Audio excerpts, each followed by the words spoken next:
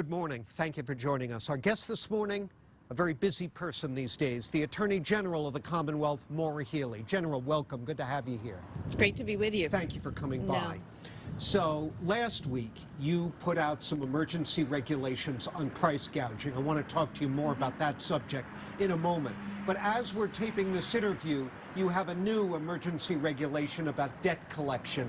Tell me what that's all about and why you're doing it. This is not the time when people who have lost their jobs or who are out of work or who are working hard on the front lines, our first responders, our healthcare providers, need to be bothered with debt collection.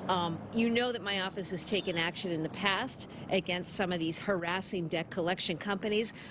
We are taking action to say right now, let's hold that for 90 days. And that includes the calls, because right now so many people are working at home and they need to be able to be on their phone and not interrupted with some of these calls as well. So debt collection, it's an important way to try to preserve and protect the economics of one's family. And right now families, look, they're struggling. They're worried about how to pay the rent, how to pay mortgage, how to pay student loan, car payments. So we've got to put a pause on all of that right now in this crisis. It's limited, John, just an emergency regulation during the state of emergency. Yeah, so what's the legal grounds for doing this, and can you compel debt collection agencies to change their behavior? Absolutely. I have authority under our state consumer protection law.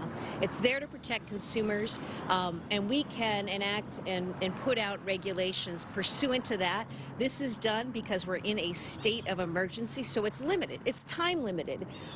It's just for a short amount of time or as long as the state of emergency lasts. So look, we'll be nimble with it. I think it's really important, though, based on all that I'm hearing from so many, this is what we need to do right now. I mean, debt collection agencies are not a sympathetic figure, but let me just pursue this for a second. If a debt collection company goes broke because of your emergency order, do they have any recourse against you? No, not in this circumstance. We are in unprecedented times and really uncharted waters. With regard to price gouging, you put out the emergency order last week. What's been the impact? Have you caught a lot of this? Has it acted as a deterrent? What's going on? Well, I think it's had an effect. We started to see, earlier last week, we started to see these crazy prices for things that people need and that are scarce. Hand sanitizers, masks. I heard from some of our hospitals that they were getting quotes on medical supplies that were outrageous. So look, in this time, it just is wrong to exploit and charge ridiculously high prices for products that are scarce to begin with. And so we put out an emergency reg that says price gouging is banned. Since we've done that, John, we've gotten fewer and fewer complaints, so I hope the message has been sent. Now, what about scams? We've heard various horror stories. How bad is the situation, and what are you doing about it?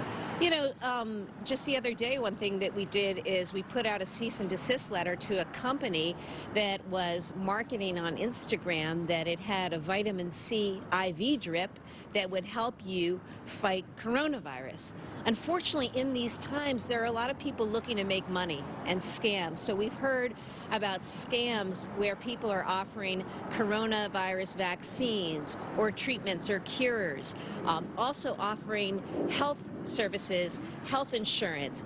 This is all scam stuff, and so don't be fooled right now. Follow what the FDA puts out, follow what the CDC puts out, and don't be taken advantage of, because there's a lot of that online. My office is going to continue to monitor that and shut it down when we see it. Can President Trump or any other public official be sued if things they say result in harm to someone? You know, I'll tell you, there are probably all sorts of immunities for that under the law. But I sent a letter to him, and I'm going to continue to call out the administration when they need to be called out. They did not do right by the American people. They did not take this seriously. This is an administration that has not funded science or research. They cut CDC funding a while ago. They cut NIH funding a while ago. Science, it's so important. They also didn't get up and go with the production of protective personal equipment. This is something that I care a lot about as a matter of public safety and public health. Our first responders, police, fire, EMS, our healthcare workers, our grocery store workers People who are in the front lines right now and interacting with the public need that equipment. He's now agreed to a national manufacturing program, but he's not stepping on the gas the way that he needs to. We can do this. We did this in World War I.